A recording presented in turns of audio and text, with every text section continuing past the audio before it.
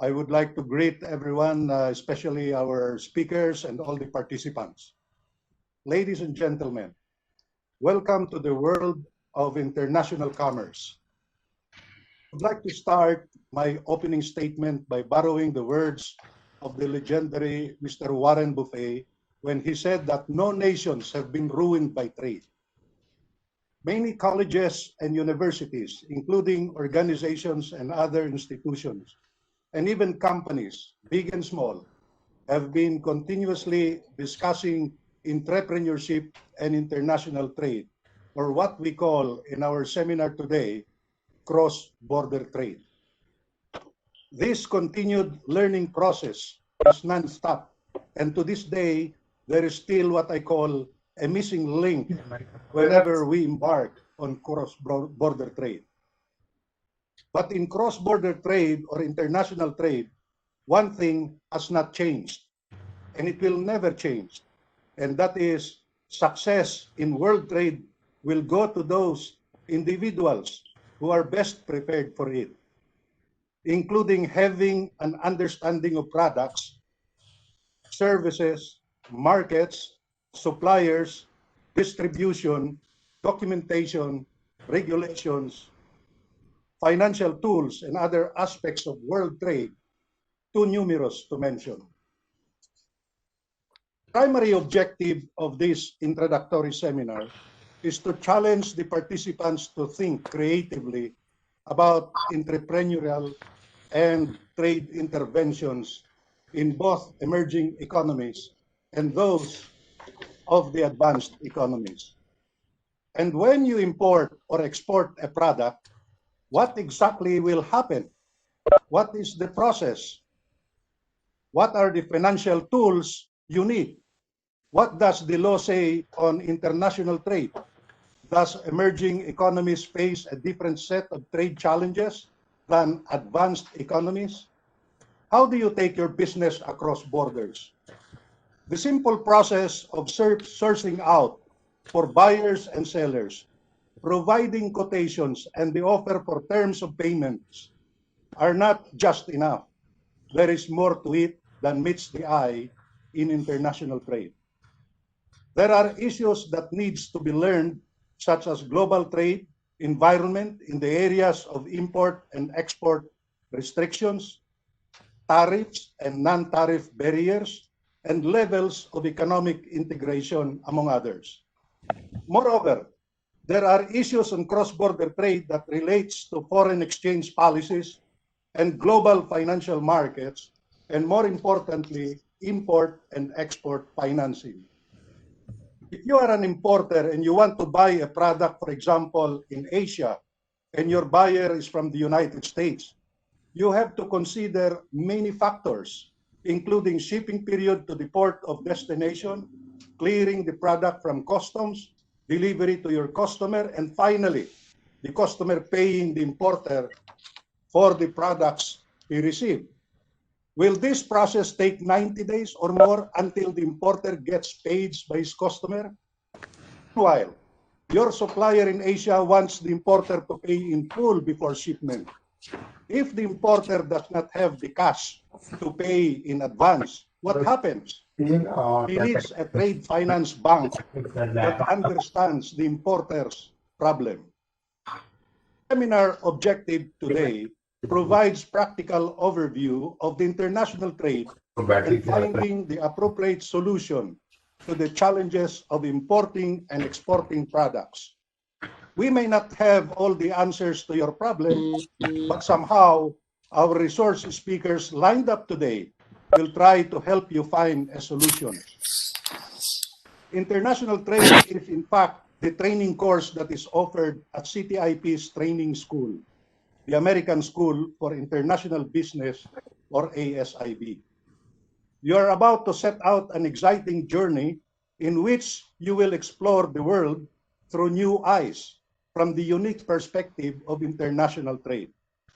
In this brief seminar, we have outlined the learning process about why and how business operate on global scale, especially focused on cross-border trade, where most people calls it international trade, some calls it global trade. After this 3-hour seminar, you will have developed a good foundational understanding of the mechanisms, dynamics, and key issues that relates to import, export, and other commercial considerations in the pursuit of business across borders, and the linkages in between, such as trade, financing, and international development. And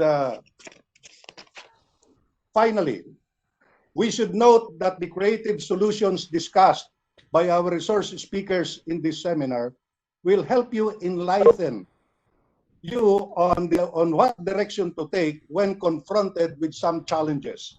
Likewise, let us continue to communicate with each other and exchange ideas and establish innovations and use trade models to tap economic potential of both the emerging and advanced developed economies when promoting and marketing your products to the marketplace. We hope that you will leave this seminar with an ability to identify challenges. We also hope that you acquire a deeper understanding of the ways in which entrepreneurial action can effectively tackle major problems that impact the social good. If you are interested to receive a copy of materials from the US SBA, US Exim Bank, and the US Department of Commerce, please send your email address to our Ms. Sharon Salvador or me, and we will send to you material information related to international trade. If you are interested to learn further about cross-border trade, just call us. We are just a phone call away from you. As one famous economist has said, the world is flat. We are no longer isolated with each other by vast distances to compete successfully with business in more developed countries. We are now have an improved and low-cost communications and other technologies that brings people closer to each other. We thank our resource speakers and the participants for having you all this seminar. CTIP's slogan is, let's make it happen. Thank you very much, friends. Presenting our first presenter, Mr. Graham Wright, who's the head of compliance and operations for Eurum Exim Bank. He'll be talking on the business of international trade, import, export. Mr. Bright works at the innovative institution specializing in trade finance. With a number of roles and more than 35 years in the finance industry, his experience encompasses working collaboratively with industry utilities, regulators, and central banks. He works with consultants and partners, channels management, as well as holding a BA degree in business studies. He also serves as UK Justice of the Peace in Magistrates Court, having sat on criminal and proceeds of crime trials and sits on Crown Court appeals. Formerly the Director of FSI Solutions and Strategy at EMC, he was Financial SME with responsibility for paperless banking, compliance, and risk solutions. Prior to EMC, he was Financial SME with, prior to EMC, he was Managing Director of Finance Tradeware, provider of broker and hedge funds trading systems. At Eurum Exim Bank, he has recently announced its participation with Ripple for real-time payments, low liquidity requirements for FX transfers, using XRP cryptocurrency and embedding trade messages. Graham is a regular contributor to trade journals with published thought leadership articles in Financial Technology Press and a speaker at international trade industry conferences such as SIBOS, GTR, and Ripple regional events. If we can all welcome Mr. Graham Wright. Unmute him. Mr. Graham Wright, can you hear us? Thanks. Yes, I can indeed. Can you hear me? Yes, sir, we can. Okay, we have And to so slide I'm going to be, yes, I'm going to be giving you presenter rights, and you'll be able to do share your screen with us if you need. Terrific. Thank you very much indeed. Let me share my screen with you. in the world at the moment. As we see very large banks risking coming out of certain countries, not wanting to do certain business with small corporates and SMEs, we see there's an absolutely unique opportunity to go to those markets and help those companies do that particular both import and export. So, and say we've also participated in recent recall. We'll come on to that a little bit later. So, first of all, dealing with international trade.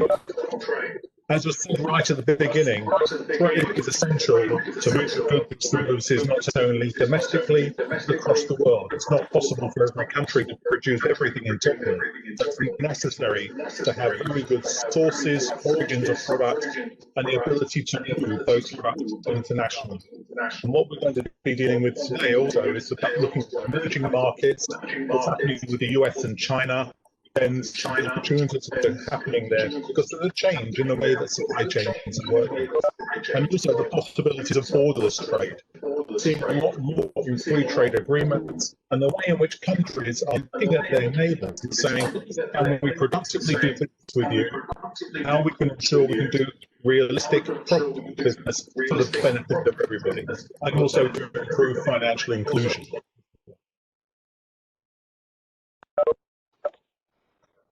So, the international trade ecosystem, as was said so eloquently right at the beginning, one of the issues we have is there are many different players in the ecosystem. That includes people like the freight forwarders, the shippers, the internal providers of transport services, whether you're building an infrastructure or you're supporting a local environment. It can be very complex with different numbers of players. Somebody wants to annotate, okay. So, you can see the different number of players, the different types of goods, the different, there's customs which are changing across each jurisdiction. And we know, for example, at the moment with COVID, unfortunately, the volume of trade has been going down. The type of trade, though, is still increasing in certain ways. There are certain market sectors which are still very, very important. Although from an international airline point of view, the statistics came out yesterday. There should have been 100,000 people going through one of our UK airports. There were 3,000. Instead of 50,000 flights going, there were 3,000 flights. So what we've got is, if air transport is one of the principal ways of moving goods, we see there's a restriction in the actual capacity and volume being able to be moved as well. So today we do have a number of very big issues around getting back to a new normal. Country restrictions, taxonomies, different regulation, different compliance, it all counts towards how complex it can be to do trade across border and to move goods generally. But we'll come on to some of these things in a little bit more detail. Okay, so the services, we know that there are a number of services we need to be in place to support international trade. And for Euro-Exim Bank, these are the particular ones that we provide to the market. We have found recently also that, say, very large banks in the process of de-risking are actually pulling out of countries and pulling out of business completely. Such is the risk factor in the number of the jurisdictions in which we operate, that banks are saying we will not do business with a smaller company unless they place 110% of the face value of that particular transaction in escrow. And as was said just before, do I keep that money in an escrow account for up to 360 days? Well, that means I can't do any other business in the market.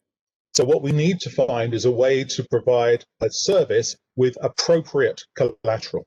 And that's what we try to do as much as possible with our clients, to ensure they don't tie up their cash flow and to ensure they've got access to all the instruments necessary to enable them to do a safe trade, a guaranteed trade, and a very easy to operate trade, to make it as easy as possible.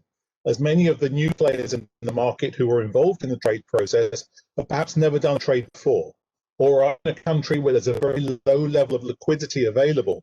They don't want to have to shift into dollars to pay an international transaction. They want to do things in local currency. So they need the channels and the particular conduit to enable them to make that possible, to either pay in local currency or receive in local currency without being penalized for very expensive foreign exchange. So these are the particular services that we're offering here. So certainly the traditional letter of credit, although volume of particular transactions are going down. We're seeing much more in the way of standby letters of credit being involved in international markets as well.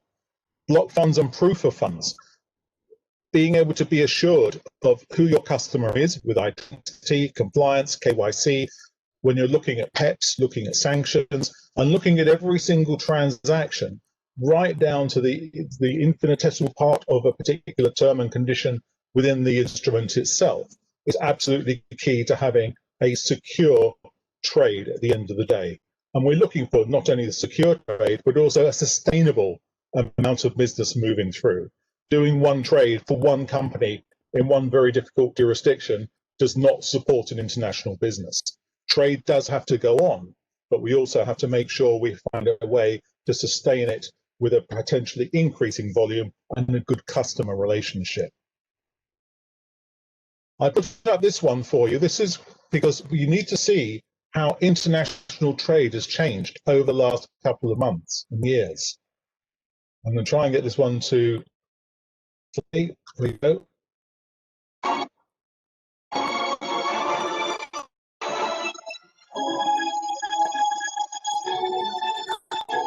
This is 2001, remember? So you won't see China really expanding tremendously until a couple of years on. This is how the international markets have changed substantially. United Kingdom are based is currently at number 5, but you'll see how things have rapidly changed. Supply chains are changing. Manufacturing is changing.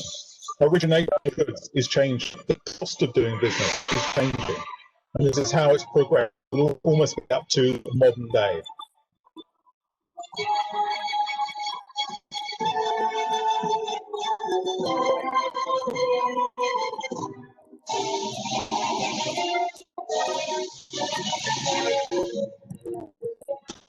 See Russia moving up there as well.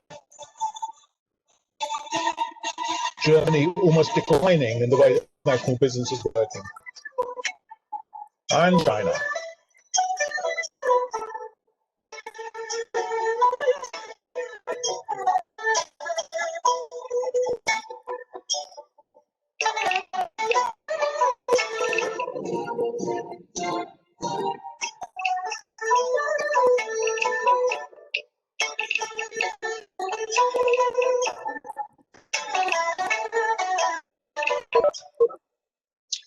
Well, hope you enjoyed that particular one. I especially like the music going in the background. But there you see very, very clearly how some countries have been winners in the export game and some really bad losers.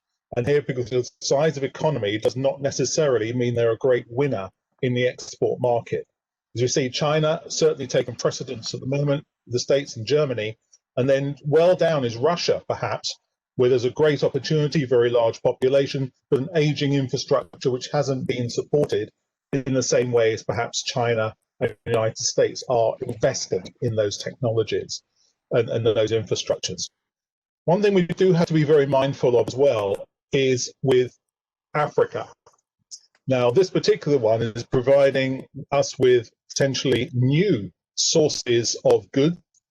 Certainly raw materials. I know that the other countries are looking at Africa as being a provider of those specific materials like cotton, which is going to power the garments industry, certainly petroleum, metals, food, drink, for example, and especially oil and gas, which can be very, could be more reasonably brought into the international market. And some of the companies we've been working with, for example, in Kenya, have been involved in cotton into Malaysia and then remanufactured into goods and then exported back into Europe. One thing on the right-hand side, it talks about there is a young population, very active population there. They're expected to be 70% fastest growth economies are within that particular sector. Also, the workforce collectively is greater than the US and China. So we need to look very carefully at what Africa is able potentially to provide and whether we are making investment there. And that's something our bank is doing as well, is positioning agents and partners in countries of Africa to look at building relationships with smaller companies who have got difficulty with access to dollars again and liquidity, where we can provide a solution to them, but also be aware that there is a move towards rural depopulation, moving from a more agricultural economy into a more technology and in city-based technologies. So we're looking at what particular services in particular they can provide to other economies as well. So it's a very interesting dynamic to see where Africa is going. But also you should be aware that for every opportunity there comes a challenge. And some of those are in a very fragile situation concerning how politically stable they are, whether their reforms are in place, is a good humanitarian record, do they do things in a particular way? Can this potentially stop your trade taking place? And is it worth doing trade there? So what we do is we focus on ensuring that our customer fulfills their particular obligations, fulfills their KYC demands and criteria, but also to ensure we can have a footprint there to ensure we do things the right way and encourage companies to work with us, to work cross-border, to work with through a free trade agreement, for example, us providing the services to them to make their life a lot easier because they need those products and services and they are sometimes kept out of international markets, sometimes deliberately by sanctions and by the thought they can't do business, but sometimes because their economies of scale are such they can't truly compete on the international markets. So that's why we look at these heat maps to ensure that we're in a position to know exactly whether we can do business in these particular countries, because the raw materials and the opportunities are immense there. Untapped resources to make sure that we can also bring people out of poverty in those countries and to get them better financial inclusion. It won't go unnoticed that every opportunity comes in one of these types of seminars to talk really about what's happening with trade wars. And what's happened just recently, I think we may see a slight change in the short term with the change of the presidency of the United States. But there is also this daily political change and the battle, this boxing match going on between the two superpowers regarding import and export.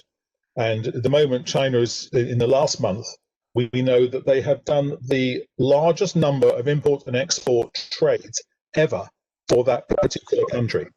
So trade is alive and well, and also with the highest volume, it means that they are very active in that particular market, even though the West and other countries are suffering with COVID.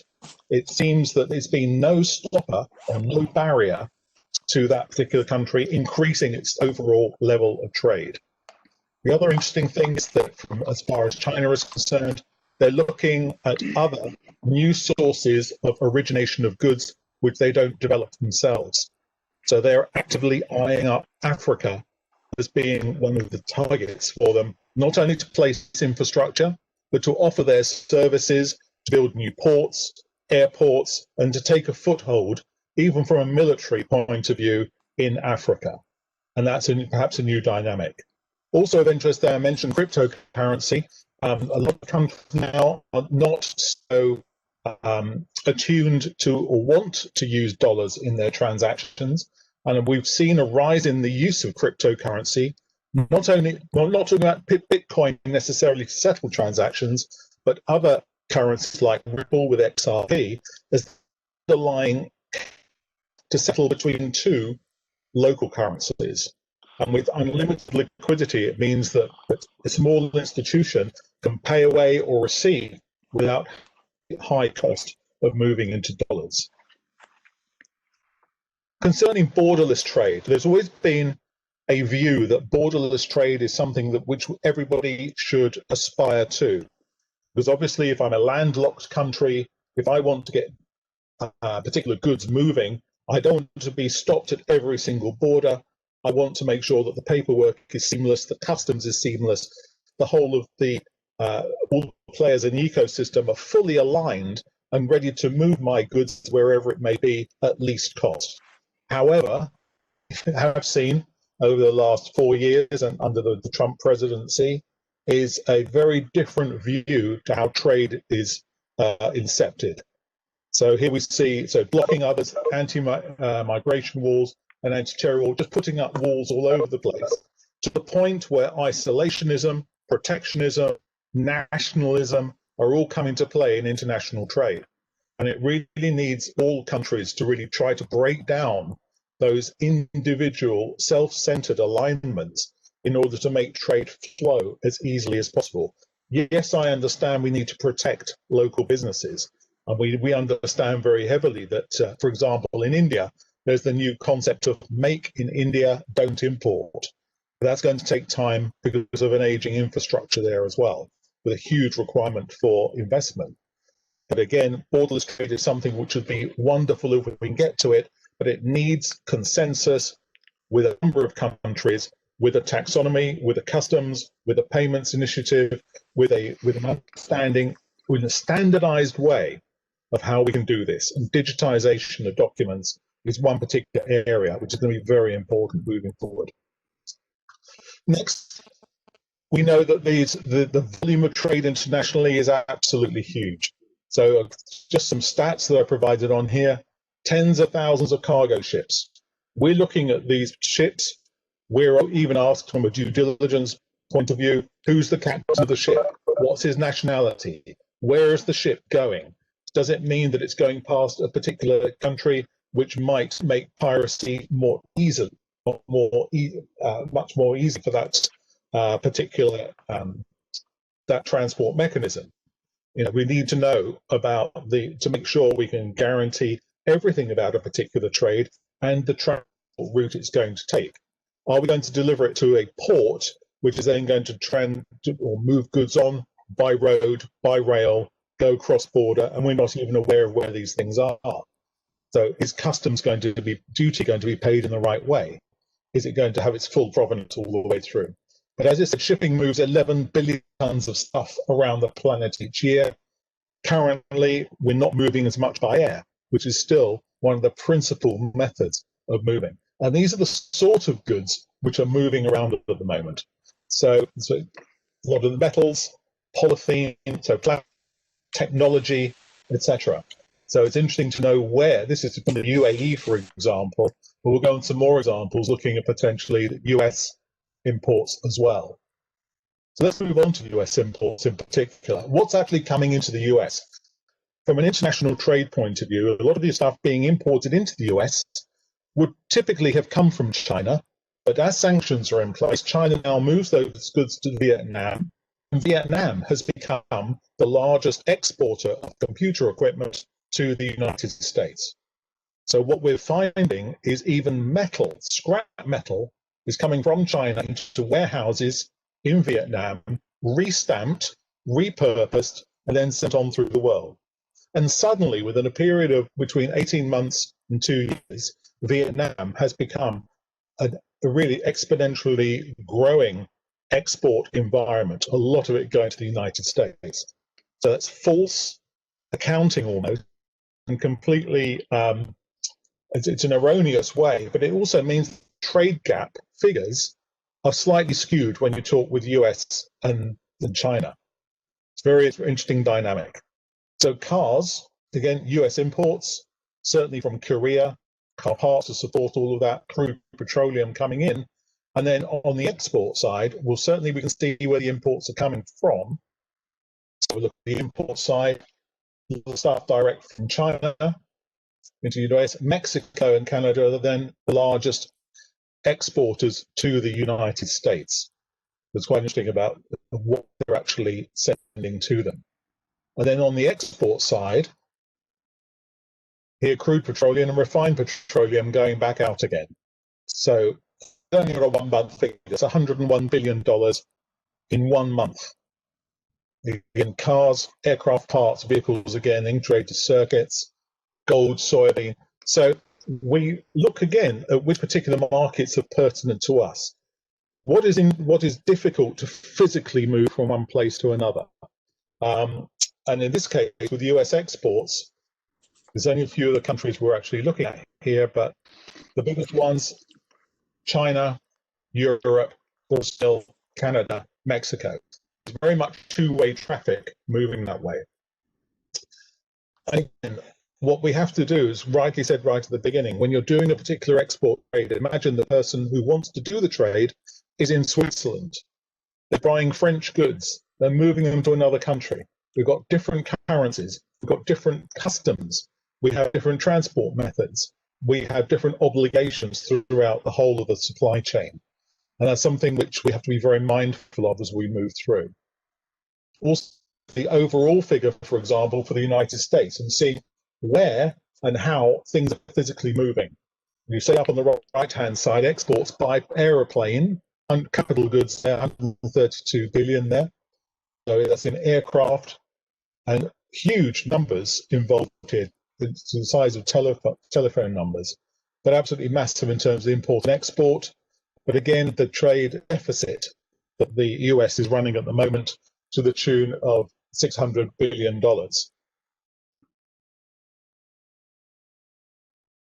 But there are considerable obstacles that are still around in the market. And one of the things that stops what keeps markets from working very easily, a number of factors overall. The biggest we have here is the trade bureaucracy, the difficulty and the complexity of trade instruments themselves. If I'm a small company, it's very unlikely I'll be very well versed in how to handle a trade to one particular country where I've never done that business before. And I need that expertise in order to keep me through the terms and conditions and to handle all the things like the eventually the bill of lading and all the peripheral documents that need to go with that to conform with both local, national and international regulation. So bureaucracy is one of the things holding people back. Certainly, if I'm a small company as well, can I actively compete? Is the level of trade I'm doing going to be sufficiently large to make this worthwhile? And then immediately following that, if it is worthwhile, so $100,000 to $10 million, can I get access to the capital, the financing that I need? Can I find the right instrument that I need? Can I find someone with the liquidity that I need? Does a local bank in Africa provide me with $100 million to do a trade for PPE, for example? Well, it's highly unlikely in its own right that a small bank in Africa could do that. So where do I find the liquidity or the partner I need to work with to make this happen? So that's another reason why the smaller companies are disintermediated from the market. We get poor infrastructure. Many countries, we even find got inadequate road systems, no rail. I went to one country in particular in Africa, no railways at all. Many of the coastal towns not even connected to each other by road. So you need to take a ship to go around that particular island to move those goods and services. So you can imagine how difficult it is to do an export trade from one side of the island to another, where perhaps there's a specialization in the type of goods that they're producing there. High cost of shipping, certainly. It costs as much to send a ship empty as it does to send a ship full.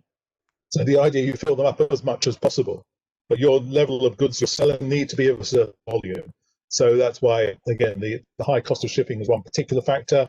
Access to cross-border e-commerce markets, and certainly for Africa, we've seen that it's less corruption there as well. So what additional monies have to be set aside when you're doing an export trade or bringing goods in from customs, which then can lead to fraud and theft when those goods arrive as well. And perhaps the last one there is the slow customer payment, because over a period of 360 days, when we do our due diligence at the beginning of the process and through the process as well, we still need to be assured that 1 year from the start of the transaction that that customer still exists, that the authorities are still there, directors still exist, the indemnities we've taken out still exist. So there is an aspect to the whole thing to ensure that business can continue with the company in the form in which it was first incepted. Free trade, very, very quickly on that, a number of nations have joined, 153 of the over 200 nations who belong to the United Nations.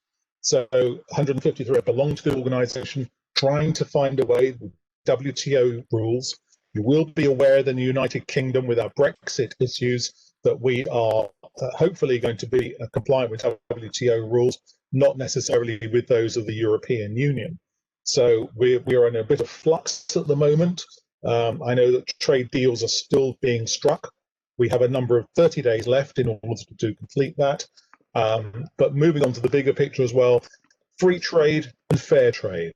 We want to ensure that countries can be competitive, cost competitive, reasonably competitive. We don't want to, we should, from a corporate and social responsibility point of view, ensure that all countries are able to export if they are capable, to import at the right level, at a price which is affordable and is good for the benefit of their communities as well.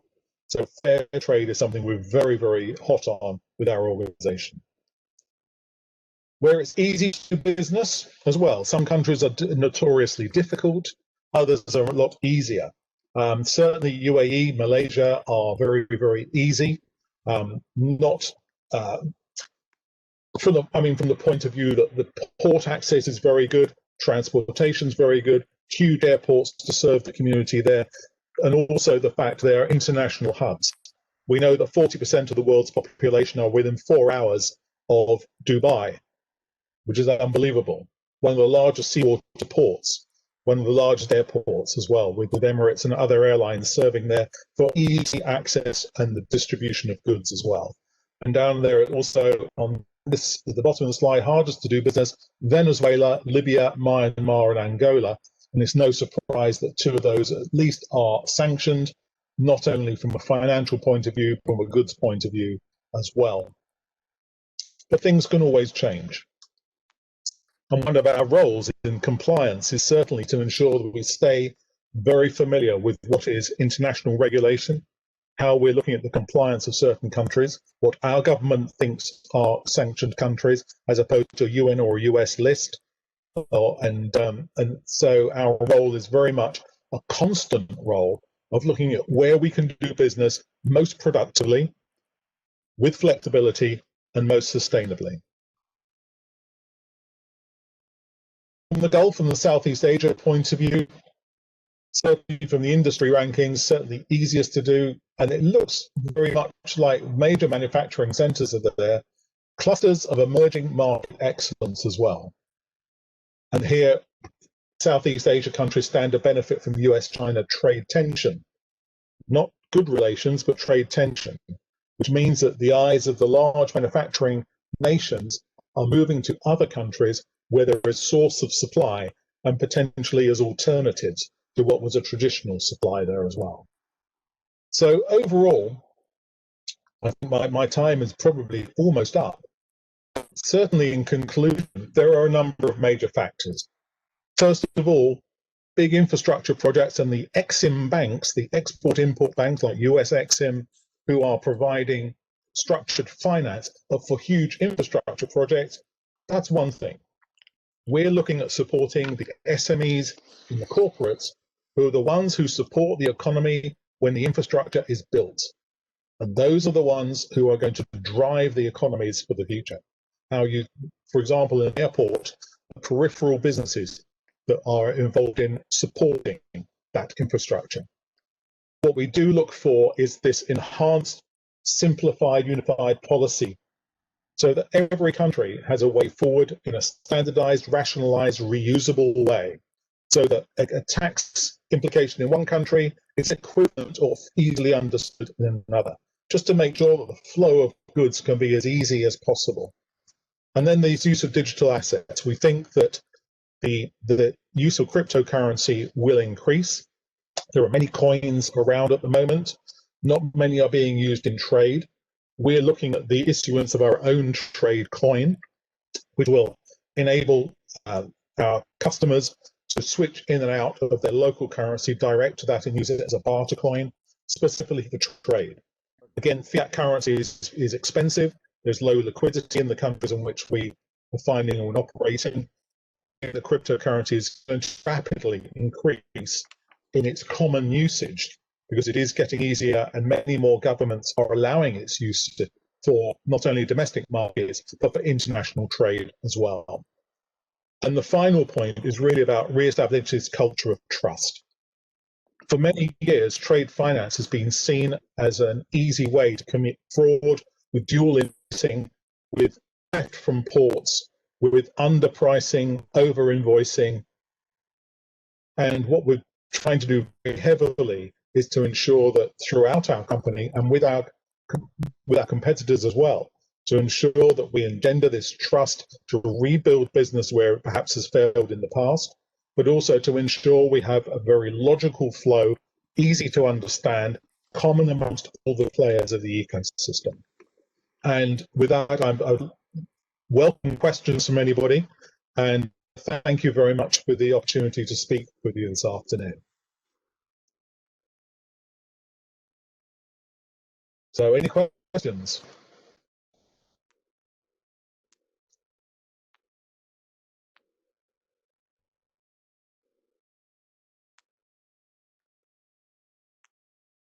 Stunned silence.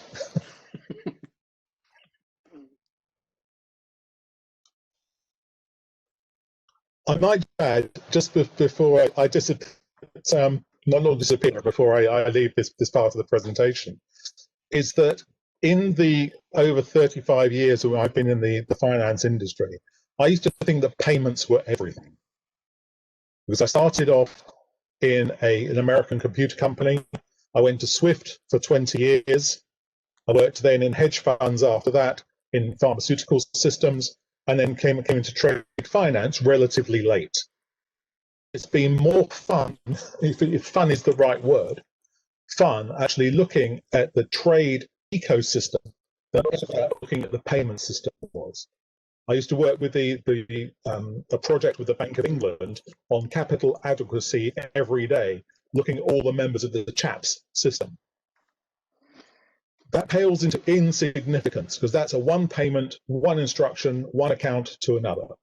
And here we have absolute complexity. A SWIFT message for payments contains 5 or 6 fields. A SWIFT message for an MT700, a 710 or a 760 can contain 60 or 70 non-structured, non-standard, completely non-proprietary fields. Our challenge, our opportunity, is to ensure that we get more standardization there, digitization of those documents, support of those documents through blockchain, using artificial intelligence to check the identity of people as well. The journey that we go through in trade is far more complex, but it can become much easier as we go on.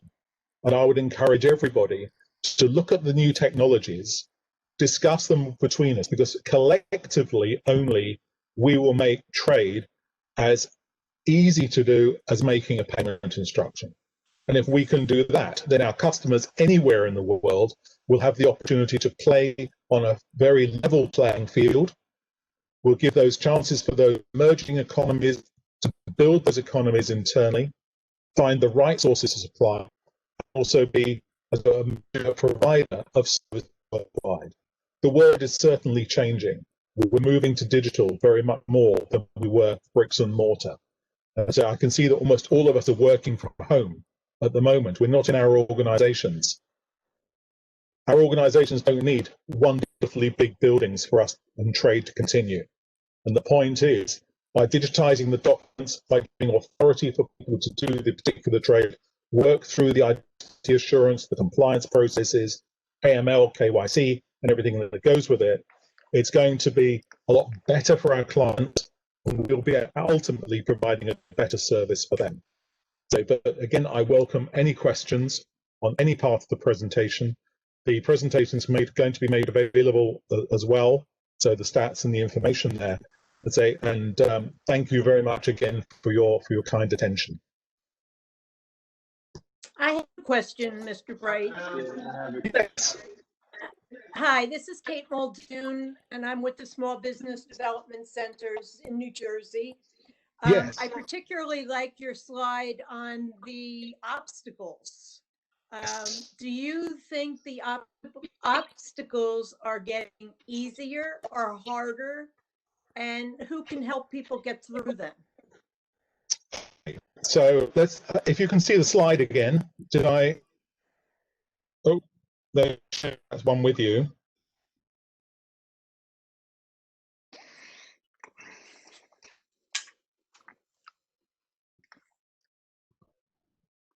Share. Here we go. Can you see the slide? There it is.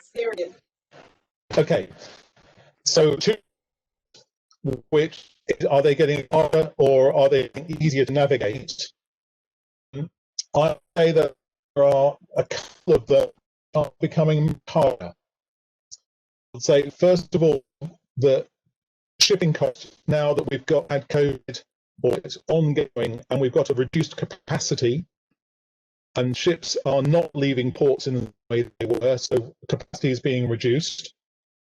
Infrastructure is another one. The cost of doing infrastructure is such that a lot of countries are having to depend on specific zones or ways of operating with Chinese companies. As a result of that, ownership of those ports or airports does not revert to those countries, but to China. So ultimately, there is a for increasing or improving your particular infrastructure there. Corruption is going down. I think the actually it was to do with perhaps a surprising innovation, which is the mobile phone and the camera on your mobile phone. So the ability now to record a situation is much easier to everybody than was ever in the past. So you go to a customs warehouse, you see something you don't like, you photograph it, you send it to the police. Quite simple. It was always a problem gathering evidence before a policeman comes up to you in certain jurisdictions, said wants a bribe to stop giving you a parking ticket, was never there in the first place.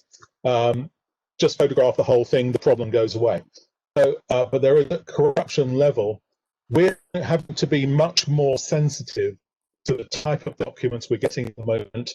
And you must sometimes ask the question, we're a small bank. Why would somebody come to our small bank to do a 500 million transaction for something when we've heard of that company before? You would immediately say, why haven't they gone to their own bank, tried that, etc.? Ask the question. Just if it looks ridiculous, it is. And that's what we're having to be very, very strong on answering when we get a number of different approaches from companies. Infrastructure, high cost of shipping, yes. Access to capital is a major one, specifically in Africa.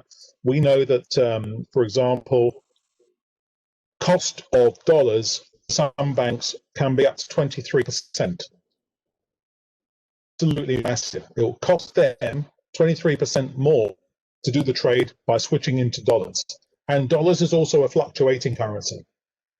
By use of what we do with Ripple and XRP, we have no fluctuation of the currency as it's moving one local currency to another.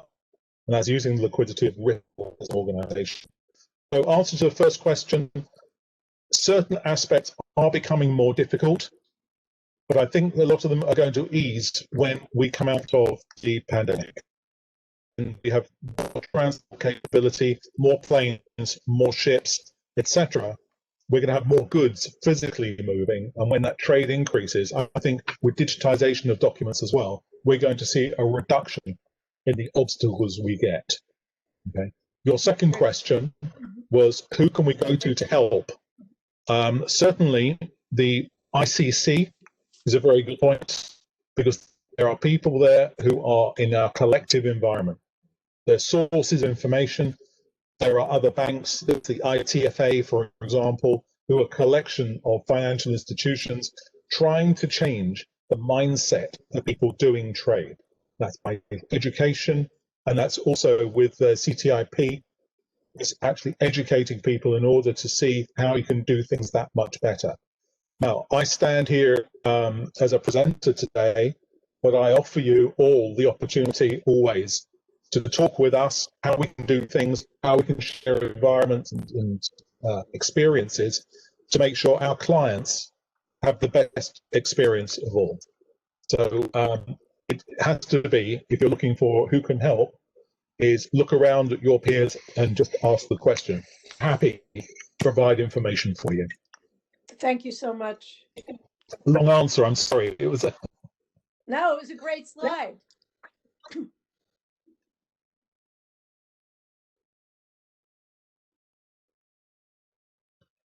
Any others? I do have a question as well. Okay, you're very fair.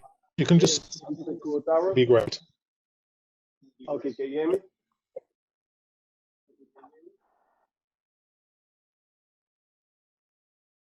Oh, yeah, go ahead. Oh, okay.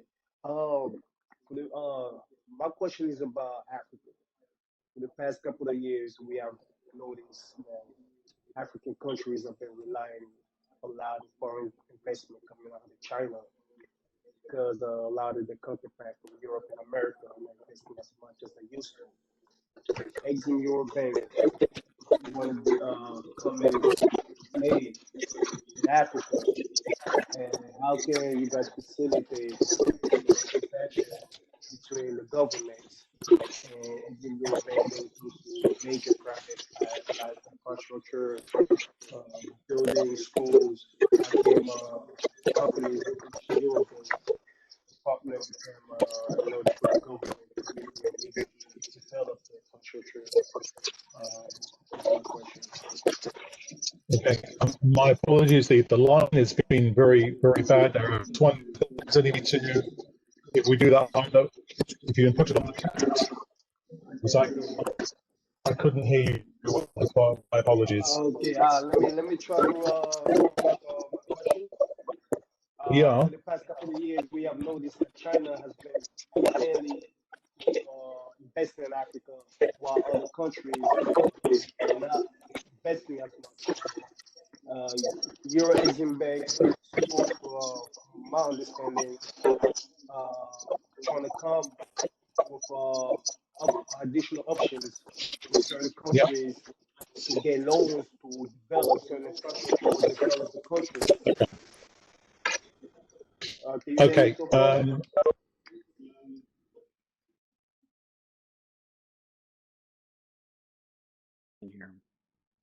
Issuance of the instrument, but not do financing of the instrument. So we have to be very, very definitive on that one.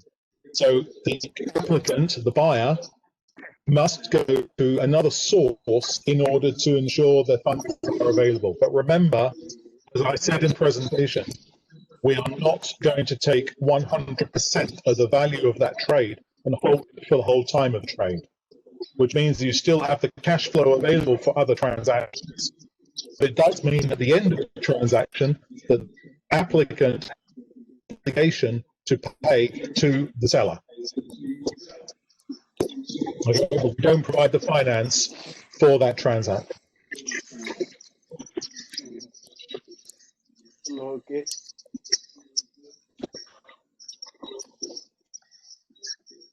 Well, so the bank basically Exim Bank will be used as a guarantor from partial. They will be responsible just to be a guarantor of the loan for Correct. whatever We're not project. the guarantor. No. Basically, bank Exim Bank will facilitate the transaction being the guarantor. I just want to make sure I clearly understand. Exim Bank undertaking a huge infrastructure project. Any bank.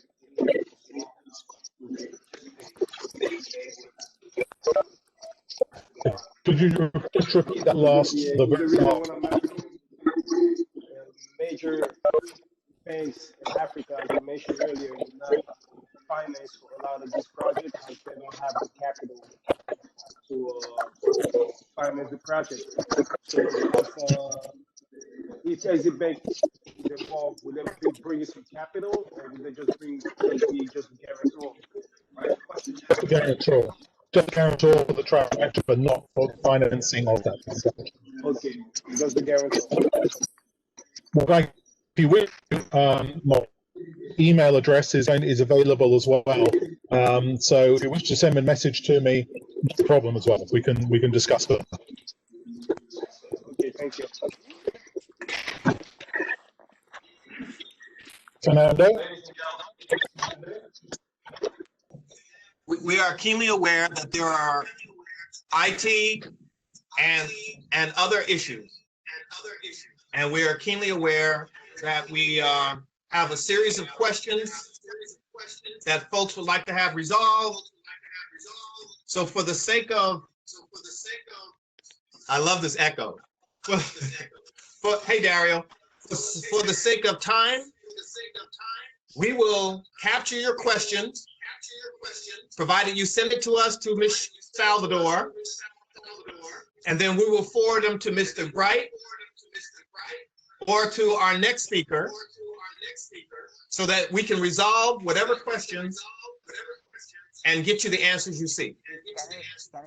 If that is okay with you, please nod your heads. Okay.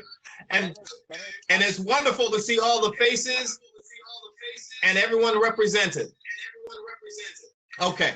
So in the spirit of CTIP, trying to bridge the gaps of misunderstanding and cross international trade, we are excited to have you all here today. And in part, our extreme and most profound thank you is that you thought it was worthy enough to participate and stay engaged. So without further ado, I would like to introduce to you our next speaker, Mr. Joseph G. Canepa, Esquire. By way of background, he was admitted to New York State 2nd Department Appellate Division in September of 1992. The U.S. Eastern and Southern District of New York. His resume, his vitae, is most impressive with his education as a Judge Advocate General School, United States Army, Charlottesville, Virginia. Brooklyn Law, Georgetown University, and a host of other chairmanships by which he has led and clearly made the difference. Mr. Canepa, I hope you will accept my attempt to move us along, but at least let folks know that you're here. As I prepare to turn over the microphone to you. Yes, we can hear you. Okay. Yes, we can hear you. Great. Thank you very much for the introduction. I always assume that we're starting from the beginning or nothing in terms of what the legal ramifications were, the legal considerations in terms of international trade. The approach that I took is one basically of setting out with definitions.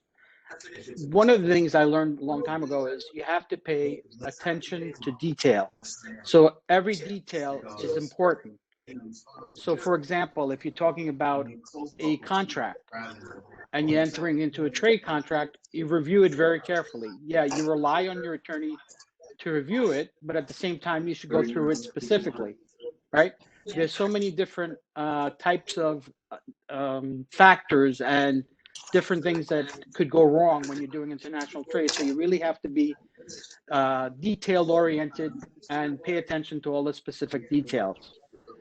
So the first thing that I did is I Googled several terms like trading across borders, right?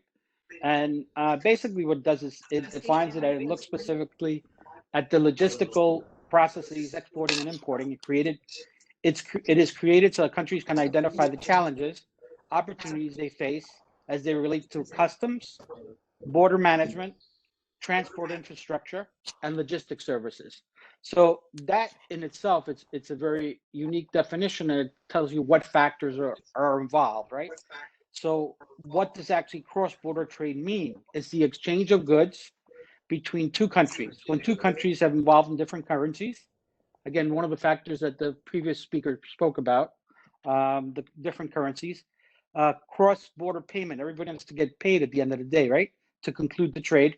And therefore, both parties will be subject to the exchange rate risk.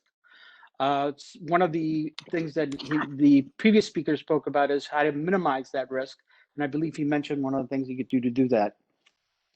Then cross-border financing. When you're going to do cross-border financing, when do you do that? So it's also known as import and export financing, refers to financing arrangement that occurs outside the country's border, right? For cross-border finance, sometimes requires the lender or the provider to act as an agent between the business, their suppliers, and the end customers. So you have to keep an eye on all the moving parts all the time, right? And as you go on into the presentation, you'll understand why. So then you have custom border services. Who perform the custom border services for the government? Usually it's a government agency. So in the United States, for example, it's the Department CBP, Custom Border and Patrol, that does that function for the United States. So I went to the website of CBP, and basically you can do the same thing, go into the website and read the definition. So you go into the website and you see almost 1 million times each day, U.S. Custom Border Patrol officers welcome international travelers into U.S., screening both foreign visitors, returning U.S. citizens, and uses a variety of techniques to assure that global tourism remains safe and strong. Documentation, they write, is essential to ensuring problem-free U.S. border crossing. That goes for people, and that goes for goods and international trade as well. So the detail is very important. Now you have to determine which documents are needed for them to enter the United States via land, sea, air-based, and upon their citizenship or place of residence. Sometimes international trade agreements are between two countries, like for example, the United States and France. They have treaty investors. So there's a certain type of visa that the person wants a treaty investor to apply for a visa to come to the United States to invest in businesses in the United States. So you always have to keep an eye on is what is the goal? What is it that you're trying to do? Now, one of the things that I learned is that it's a very complicated system. So you need help. So who do people trying to import or export turn to for this type of help? So in the same website, they have what's called custom house brokers. Okay. So what is a custom house broker? Custom house broker is a person whose occupation is as the agent of others to arrange entries and other customs house papers or transact business at any port of entry relating to importation, exportation of goods, wares, and merchandise. So the custom house broker, usually if it's a good custom house brokers that have been in business for a long time, they know the ins and outs of international trade. So you can pretty much not totally depend, but at least rely on their experience, their ability to be able to navigate the regulations if you're importing to the United States of U.S. customs, right?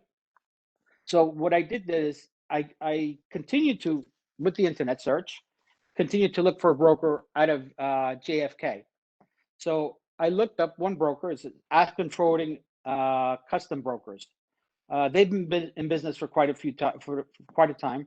So at least I know of their existence for the past 2 decades, and that's their business. That's what they work in. So I talked to a specific person to give me an insight, as to what it is that is necessary for you to be able to import trade into the United States from the point of view of a forwarding company, right? So, and they basically said, what is really important for that type of transaction, right?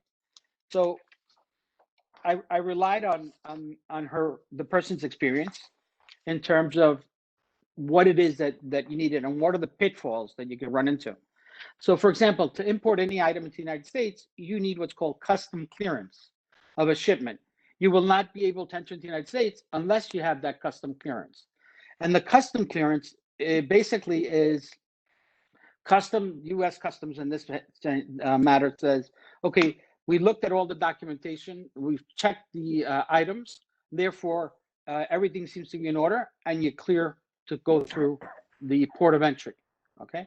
So now one thing to keep in mind is the regulatory changes for this importing and exporting change on a yearly basis. So you really have to be on top of it to be able to navigate that. So they do this every day. So depending on what it is that you're trying to import, they can help you to try to figure out how to do it, what's the best way to do it. They're also familiar with the different, like different line container ships, airlines. So they've had vast experience with that. If they've been in business for over 20 years, they rely on what are the pitfalls for specific carrier or specific line like Mars, and they look for documentation and they make sure the documentation is all in place so that it can go through. Now, with the documentation, it has to be very, very specific and very, very clear and without mistakes and errors, right? So, for example, you have, what do you have to have? The custom house broker cannot act for you unless the custom house broker has a power of attorney. Now, for the power of attorney, the legal concept is very easy. So I'm giving somebody to a power of attorney to act in my place, to be able to get the documentation and everything in order to clear through customs. So if the person who's acting as your broker does not have a power of attorney, that's a problem. Okay, so you really need to have all the documentation in order. So when we were talking about the different factors and the attention to detail, is you have to know who your power of attorney is with. So in other words, the power of attorney represents the person who's trying to import and clear through customs. So that person has to give a power of attorney to that company. You may run into problems in whether or not that person has the authority to act or delegate that authority to the custom house broker. Okay, so that's part of it. So that power of attorney has to be notarized and it has to have a seal on it. So that's one of the pitfalls that the person identified as potentially problematic, right? The other thing I asked, what are some of the common errors that you usually run into, right? So proper documentation was one of those areas where you specifically run into problems, right?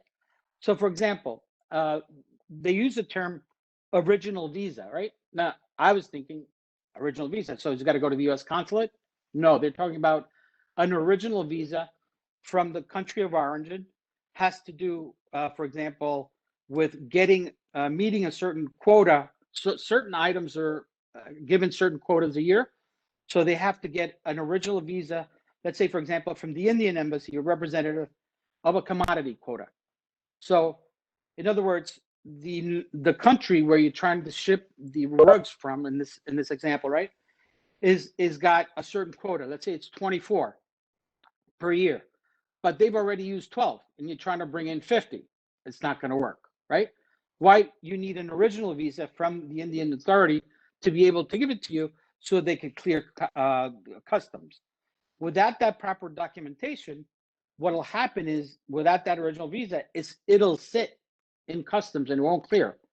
So in a certain amount of time, they warehouse it. The government takes over the property and it's warehoused.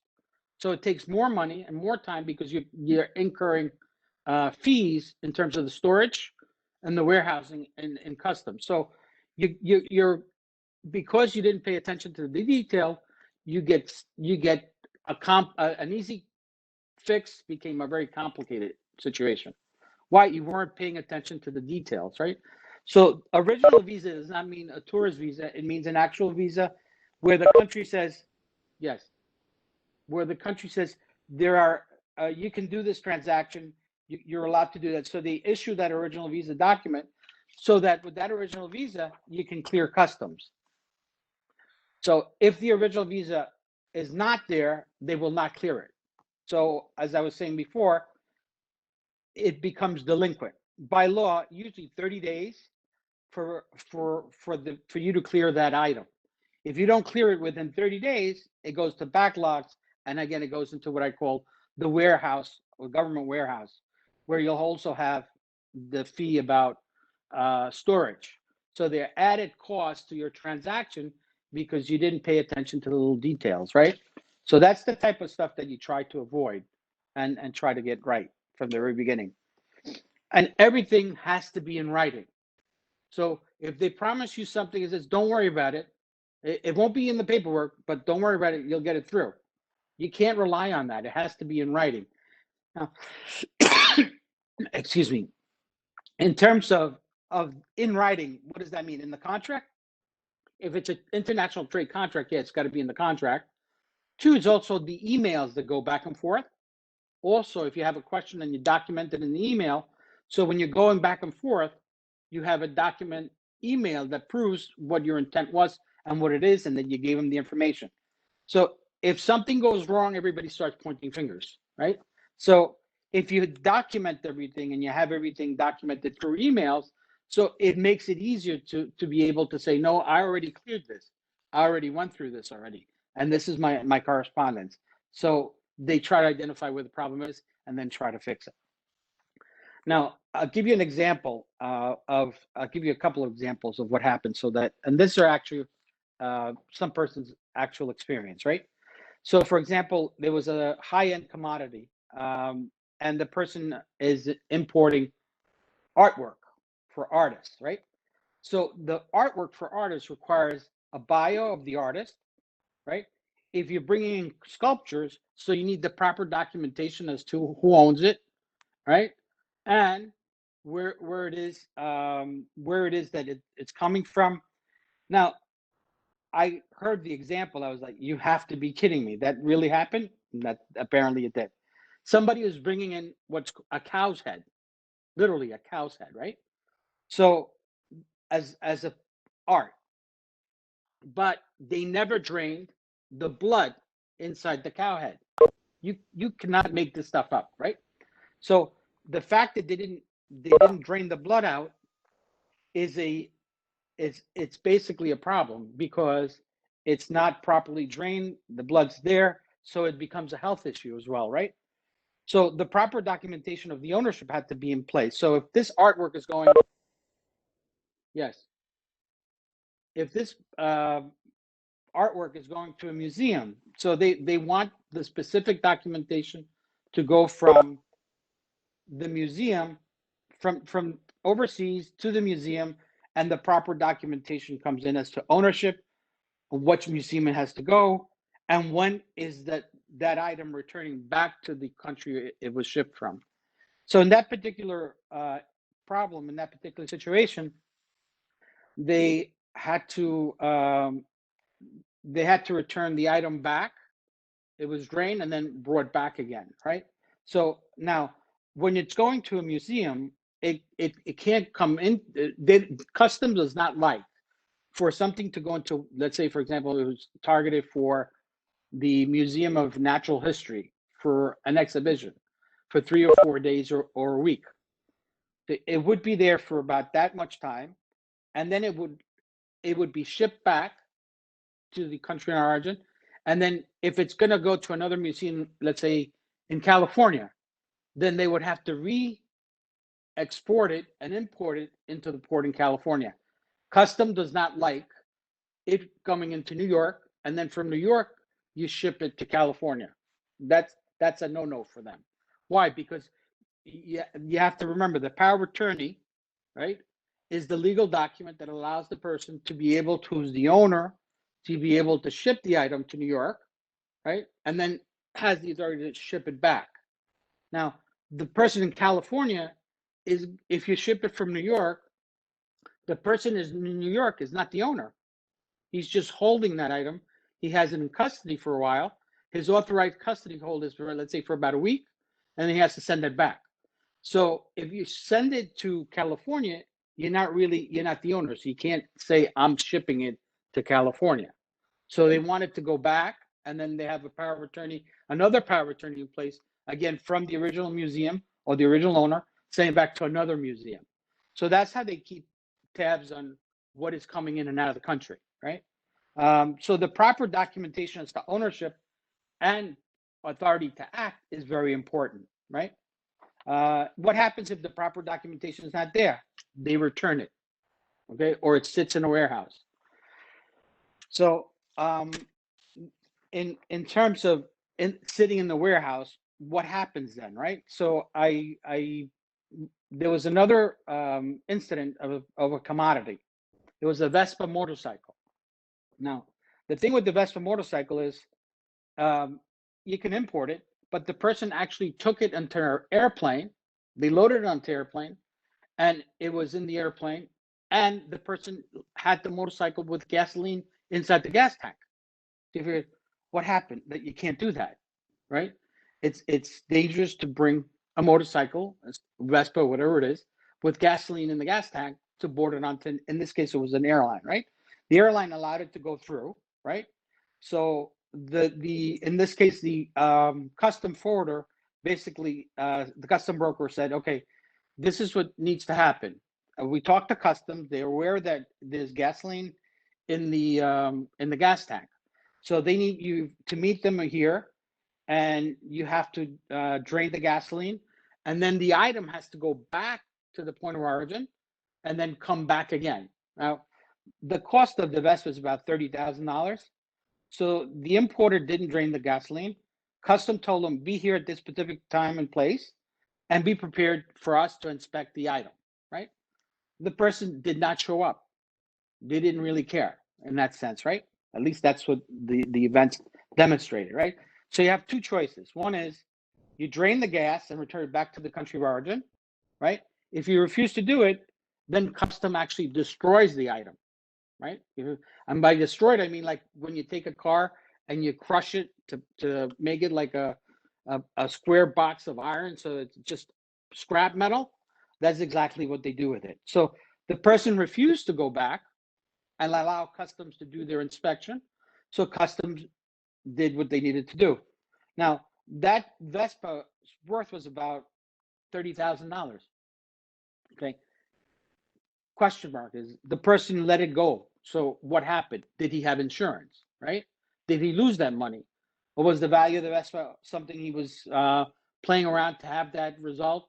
So we don't really know exactly what was in the mind of the person who imported the Vespa without the proper documentation, right? For him to let it go, I'm the type of person that says, okay, if he let it go, he must have some other type of document where he could recoup some of his losses, or at least use it as a write-off, that it didn't make sense for him to do that. To me, it's like, all you had to do is show up, they empty the gas tank, send it back, so you'd save your Vespa. Apparently, the person didn't want to do that. Now, just to be clear, right, the value is about $30,000. To ship it back, it would be another $3,000. So if you do the math, you say, wait a minute, you just threw away $27,000. But we don't know whether the person had insured the item. So if customs in their action just shredded it and got rid of it, whether or not he could recoup that from an insurance policy or something like that. Or he would just use it as a tax write-off, right? So we don't know that. Now you figure, oh, it's customs, right? So people sometimes think that because they're in a special group that you're protected from these rules or these laws, right? So sometimes they have what's called people move from country to country, especially our military. Military sometimes comes back to New York or back to the US.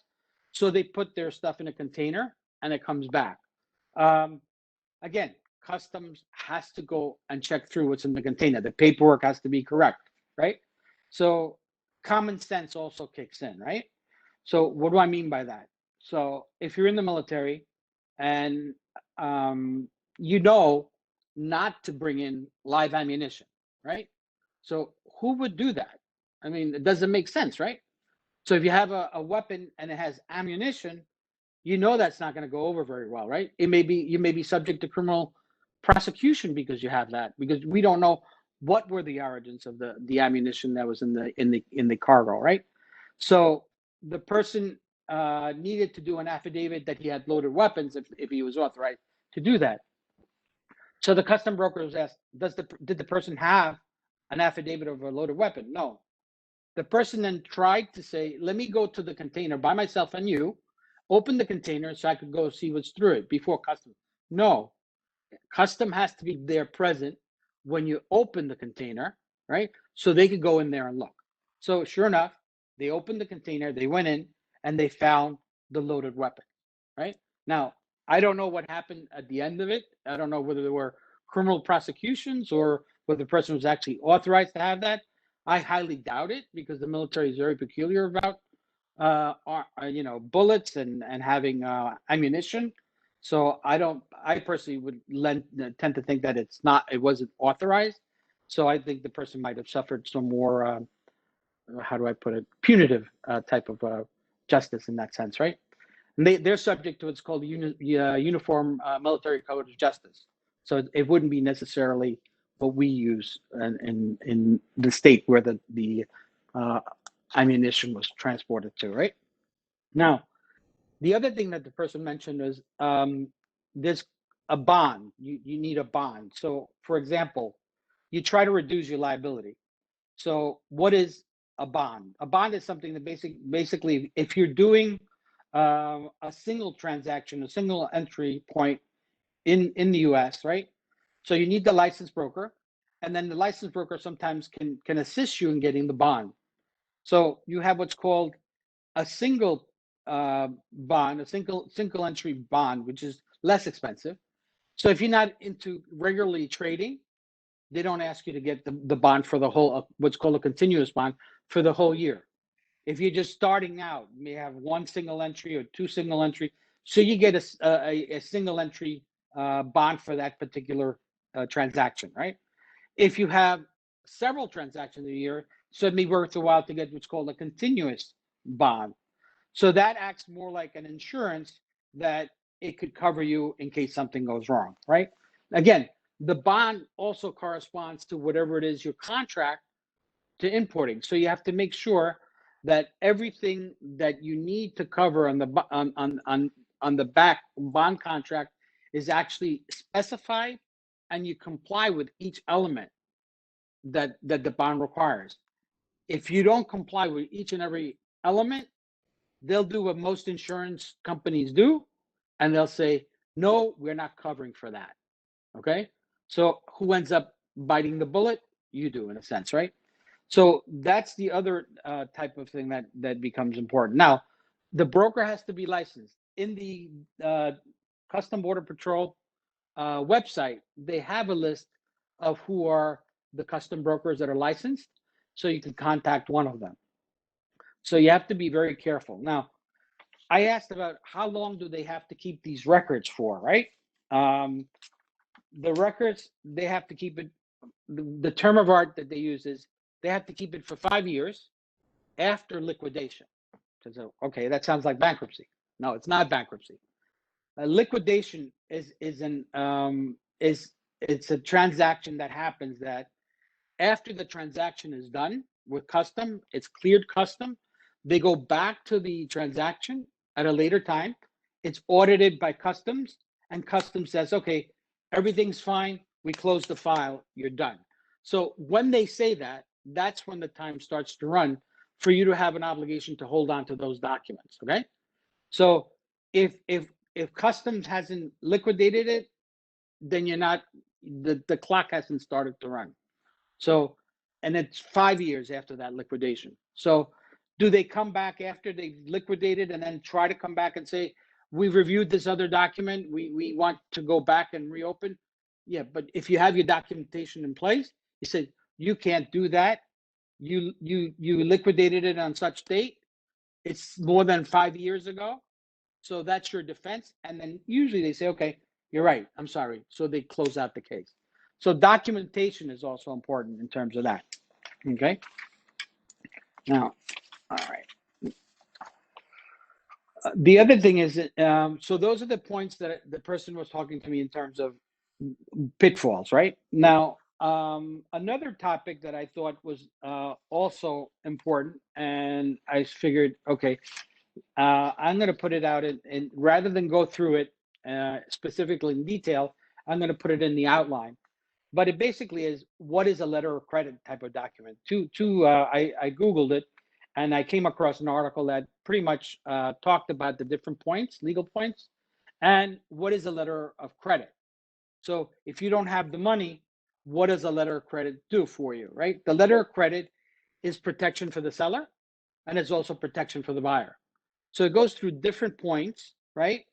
How this bank letter of credit applies and how you're protecting the seller and the buyer. Is that a good thing? Yes, because you're protecting the transaction. Again, when it comes to the letter of credit, you have to make sure that everything in the letter of credit that the bank asks for, you make sure you have, right? Try not to divert from it, right? And I'll send a link in terms of that with the letter of credit article that I thought was very down to earth, straightforward, uncomplicated, non-legal terminology type of expression that you can easily follow, right? Okay, so all right, let's see. So the previous speaker talked about financing, right? So the letter of credit is one of those tools that people international have used for many years. So it's something that people hear about it and says, okay, what is a letter of credit? So I Googled it and then I found this article on the balance, and it's basically explains to you how it actually works. So in layman's terms, not necessarily in lawyer's terms, so it's easy for anybody to understand. Okay. And it also has a section that says what are potential problems, and the way they worded it is what could go wrong with a letter of credit, right?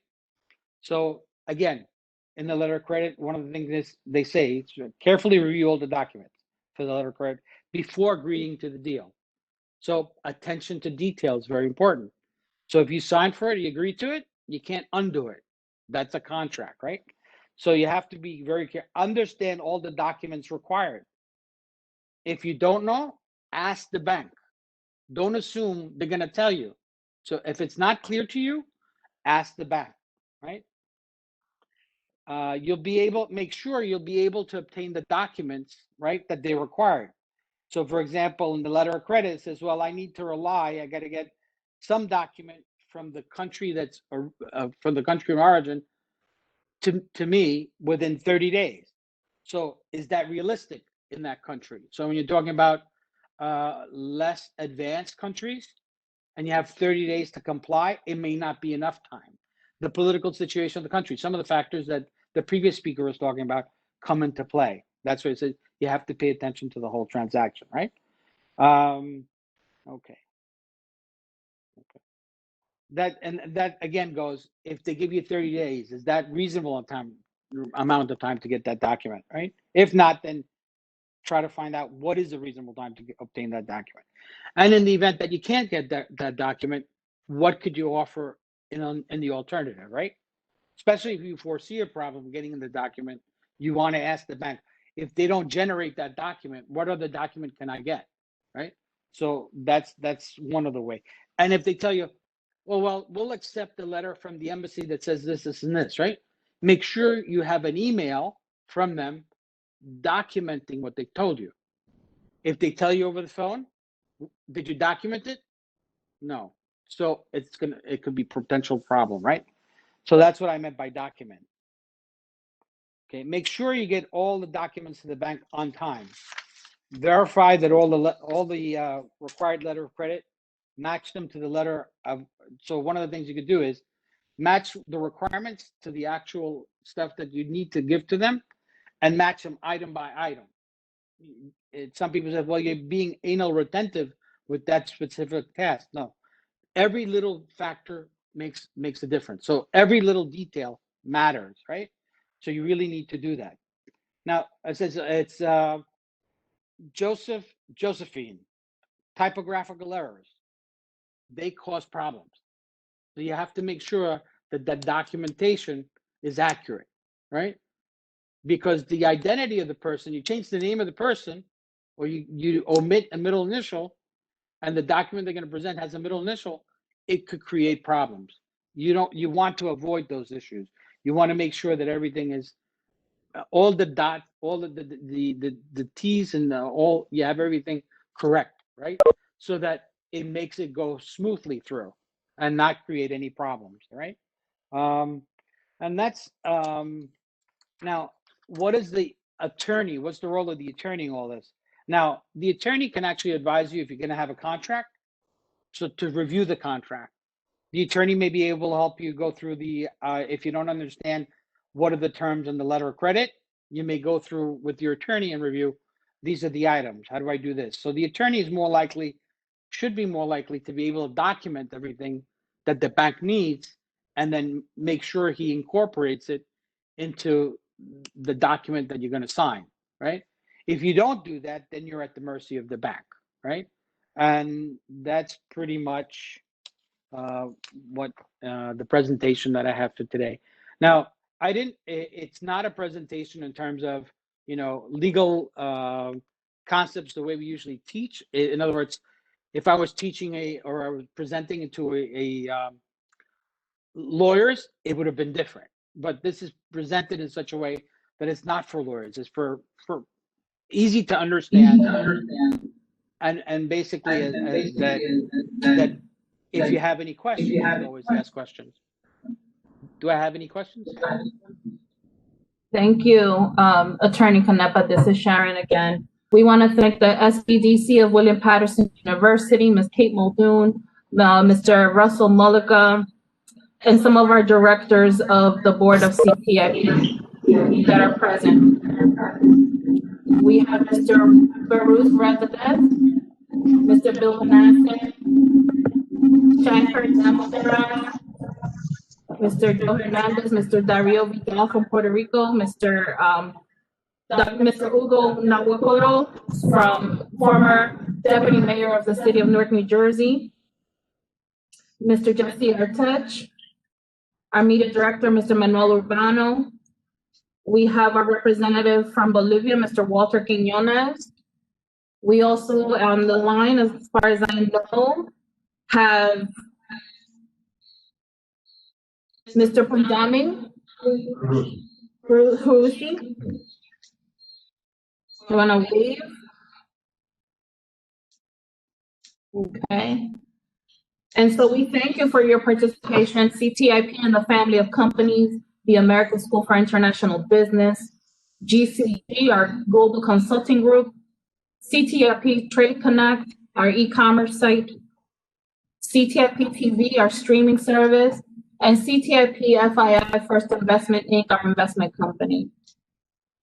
Please stay tuned for a couple of videos, and we'll be right back. The materials for your phone or shoes or the tuna fish you had for lunch might have been produced in one country, processed in another country, assembled in a third country, and packaged somewhere else, all before getting to your local store. How does this make sense? Why can't countries just make their own phones, shoes, or tuna fish and provide more jobs and business domestically? Before the 19th century, most European countries tried to do just that, prioritizing self-sufficiency in a system called mercantilism. Mercantilism aimed to maximize exports, minimize imports, and increase the country's supply of gold. This system led to strict tariffs or taxes on imports as a way to not only discourage bringing in goods from abroad, but profit off them. Mercantilism created barriers to international trade. Countries aimed to produce as much as possible on their own, including things they weren't able to make efficiently. In the late 18th century, so-called classical economists refuted these long-held beliefs, championing the idea that societies should trade with each other to be more successful because of comparative advantage. The idea that when countries focus on making things they're comparatively good at and import the rest, everyone benefits. This is known as specialization. And when countries don't have to spend time and resources producing textiles and wine, for example, there's more room for them to innovate and create entirely new products. These classical economists argued that it was counterproductive to judge a country's power on how much gold it could amass. Today, we measure countries and economies on productivity, their ability to utilize their limited resources for maximum value. This metric is known as gross domestic. Country produces in a year. Each country's human, physical, technological, and financial resources determine what that country can produce efficiently and successfully. Costa Rica excels at exporting pineapples and coffee, while Germany exports millions of cars and computers. With the acceptance of these new ideas, international trade took off. Measuring GDP instead of just gold helped. Hello, everyone. How are you?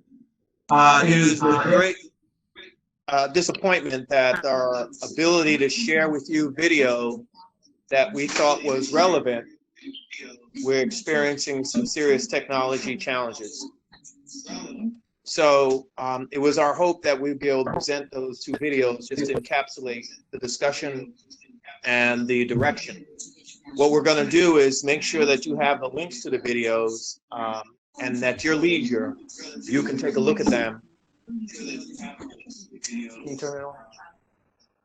Okay, but please rest assured, we are doing our very best, and while I and Fernando and Ms. Salvador are here trying to make sure that we bring you the best presentation, it is our best intent to get you the information.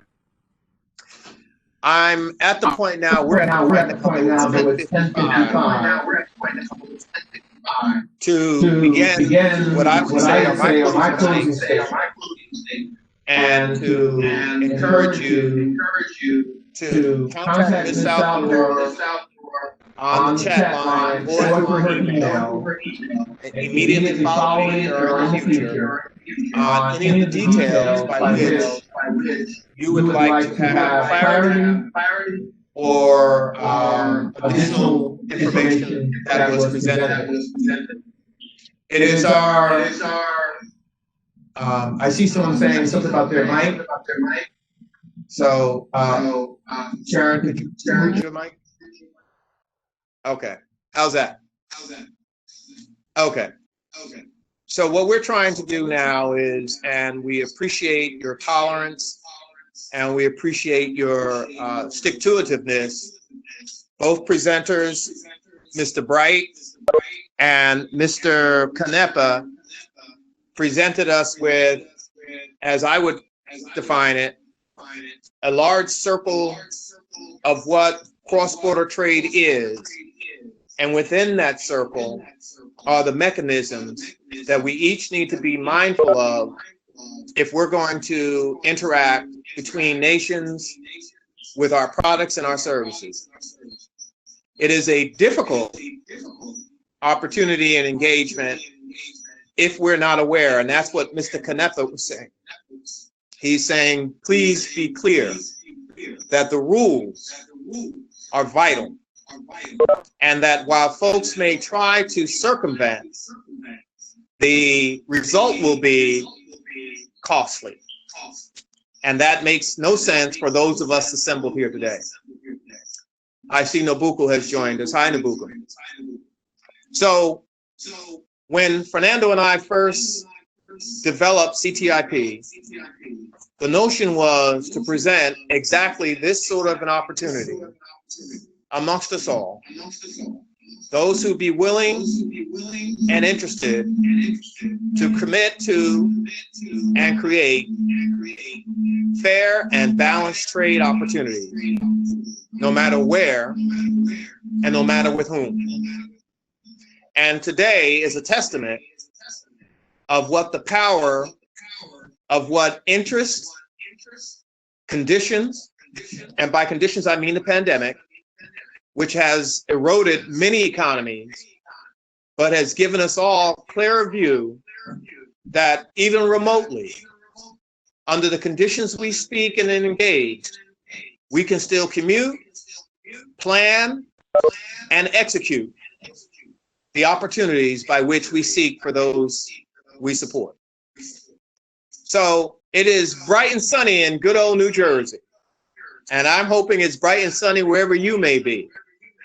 I'm also hoping, and we're hoping, that our future presentations, and there will be others, will bring enlightenment, clarity, truth, and fact on how we as a global community can move products and services, interests, and design forward.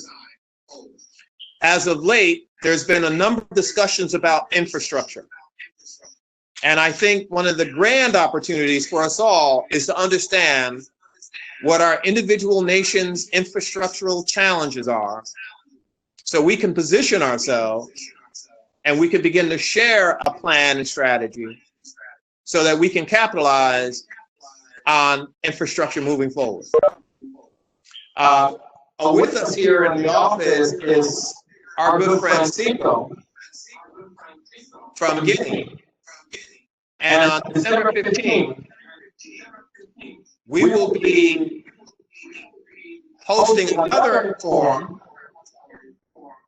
on trade and benefit in Guinea and Mali. And it's our intent to continue to do exactly this sort of sharing throughout 2021. And we will promise you, we will try to address as many of the challenges, technologically that is, and be sure that you will have all that you need in order to be able to carry out whatever functions you choose.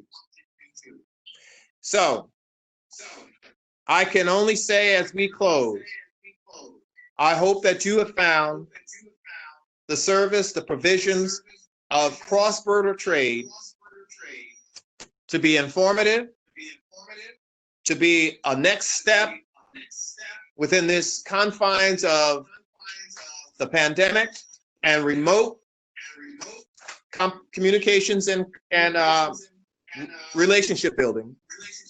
And know that we're just an email, a phone call, or a text message away. That being said, we will try to entertain a few questions. But ladies and gentlemen, it has been our pleasure to provide this opportunity today. And I want to thank the team, Mr. Sopat, Russ, Seiko, Sharon, and all of our directors, Manuel, Joe Hernandez, throughout the globe for our attempts to make sure we crack through this code of silence and make sure that, oh, I see my good thing, Sarthak. Hi, Sarthak, how are you? I see, okay. As we build these relationships, this is the beginning, the crowning jewel of change. Okay, that being said, I'm going to turn it over to Ms. Salvador. She will give you all the relevant contact information that you may or may not have. And we look forward to your comments so we can share them with Mr. Bright and Mr. Canepa, and then we will move forward. Ladies and gentlemen, Sharon Salvador. All right. Thank you, Chairman Jones. So if you want if you request a certificate of attendance to this conference, please do email me at sssalvador@ctip-usa.org. I have included it in the chat room here. I have also included in our chat room and in our program is all of our contact information. We are, like Chairman Jones said, we are a phone call, we're an email, we're a text away. If you have any questions at this time, we will entertain them. And if you would like to introduce yourself, please feel free. And I'm going to unmute. And I guess we can take turns on who wishes to introduce themselves. We have Ugo Nawakoro. How are you, sir? Oh, I am well. Good morning, all. Yes, I just submitted myself. Good morning, all, and thank you thank you to all the presenters for all your wonderful presentation. I learned a few things, and I look forward to another one, hopefully soon. Thank you for having me. Awesome. Thank you. Mr. Walter Quiñones from Bolivia. Let's see, let's unmute you.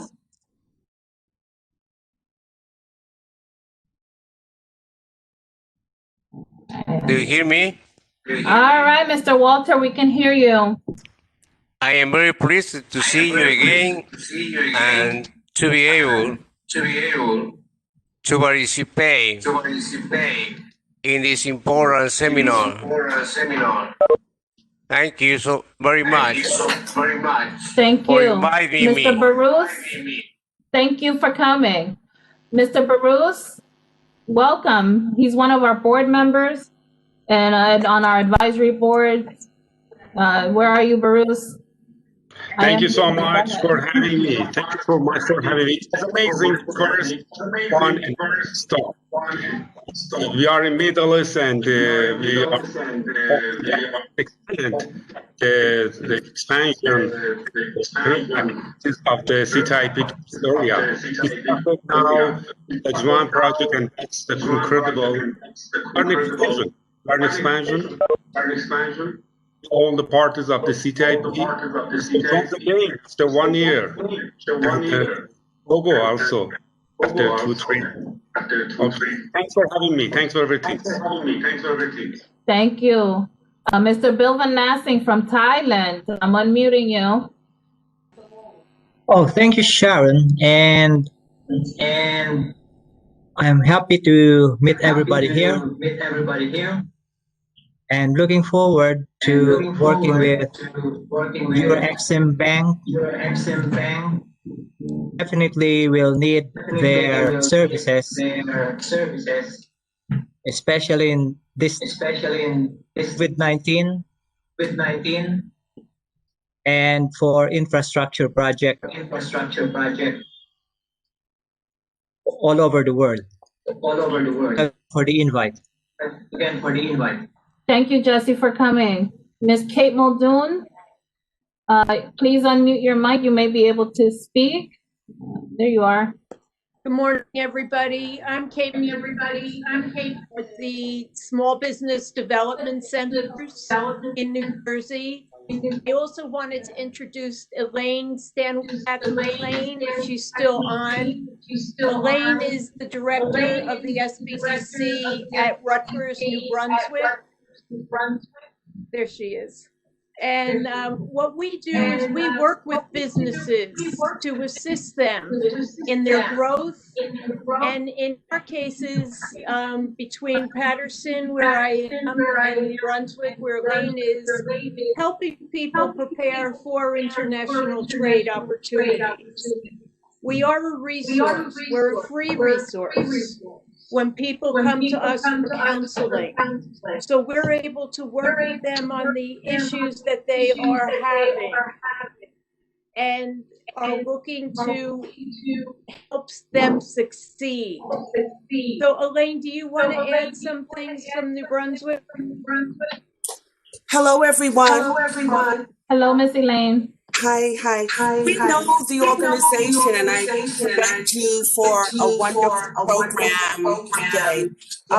As Kate has already stated, the New Jersey Business Development throughout the state, under the auspices of the Small Business Administration, we are certified to provide services, to provide assistance with international business as well as global export compliant planning. So you can reach us at everydayexchange.com and we will have you sent to the proper centers so that we can assist you with whatever your export or needs are, or if you need any kind of referral. Nice to see you all. Thank you. Remember, you're coming down to New Brunswick. All right. So I will continue to introduce Ms. Nobuku from Japan. Mr. Manuel Urbano is also on our board. Mr. Russell Mullica, one of our sponsored board members. Shankar Damodaran from India as one of our international representatives and chapter presidents. Who else is on there? And Mr. Walter Quinones. So with this, if you wish to, again, to have a certificate of attendance, please do email me. If you wish to submit any questions for the presenters, please do email me and I will make sure that you have all the materials for the course. Thank you so much for attending. Some final words from Fernando? No? No more? All right, well, thank you for attending. Have a great day. Miss Salvador, can you hear me? Yes. Who Yeah, is this? I just wanted to, Mr. Canepa. Hi. How are you? I just want to say I understand Spanish, so if somebody wants to ask the question in Spanish, that's fine. Yo también entiendo español, muchas gracias. Un placer. Si hay alguna pregunta en español, tenemos representantes que pueden contestar sus preguntas. Podrían mandarme un correo electrónico o llamarnos al 973-760-7155.